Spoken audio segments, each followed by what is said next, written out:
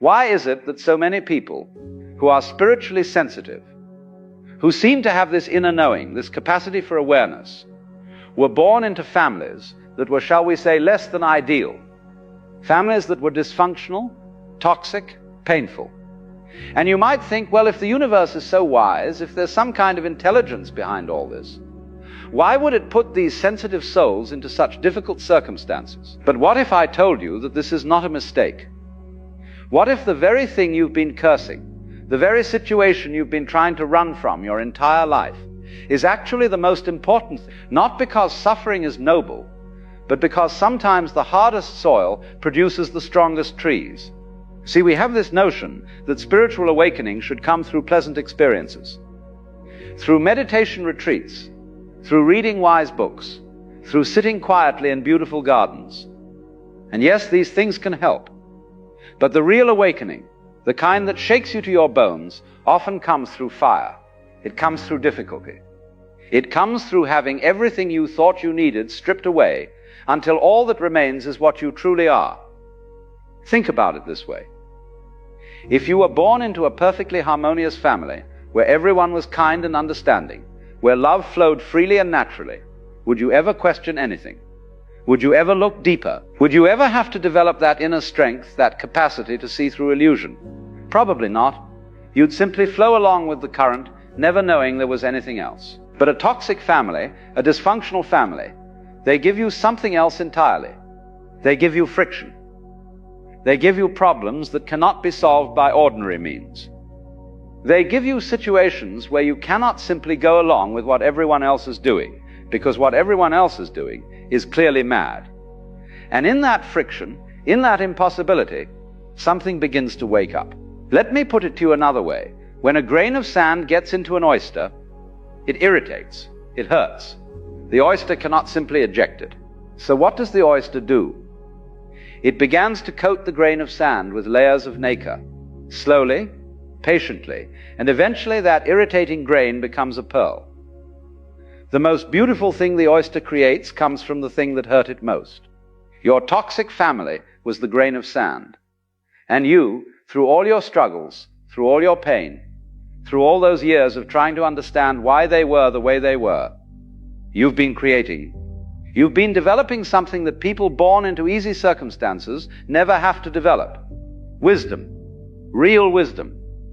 Not the kind you read in books, but the kind that comes from having to figure out how to survive when everything around you is chaos. But here's where it gets really interesting. A toxic family doesn't just create problems. It creates a very specific kind of problem. It creates confusion about love. And this, strange as it sounds, is the gateway to awakening.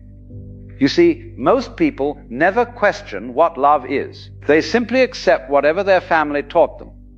If their family was loving, they assume that's what love looks like. If their family was distant, they assume love is supposed to be distant. They never have to think about it. They never have to examine it. They simply repeat the pattern. But when you're born into a toxic family, you cannot do this. The pattern is so obviously broken that you cannot simply repeat it. You might try it first. Many do, but eventually something in you rebels. Something in you says, no, this isn't right. This isn't what love is supposed to be. And in that moment of rebellion, in that refusal to accept the pattern, you've taken the first step toward awakening, because now you must figure out for yourself what love actually is. You cannot rely on what you were taught. You cannot trust the programming. You have to go deeper. You have to look within. You have to discover what love means when it's not mixed up with manipulation, with control, with conditions, with all the garbage your family attached to it. Not to suffer, though there was suffering. Not to be damaged, though there was damage. But to be forced to wake up, to be forced to question, to be forced to look deeper than most people ever have to look. Now, I want to be clear about something. This doesn't mean the pain wasn't real. It doesn't mean what happened to you was okay. It doesn't mean you should feel grateful for abuse or neglect or whatever it was your family did. That would be missing the point entirely. The pain was real. The damage was real. What happened to you was not right. But here's the thing about reality. It doesn't care about our ideas of right and wrong. A tree doesn't grow straight by being kept in a greenhouse.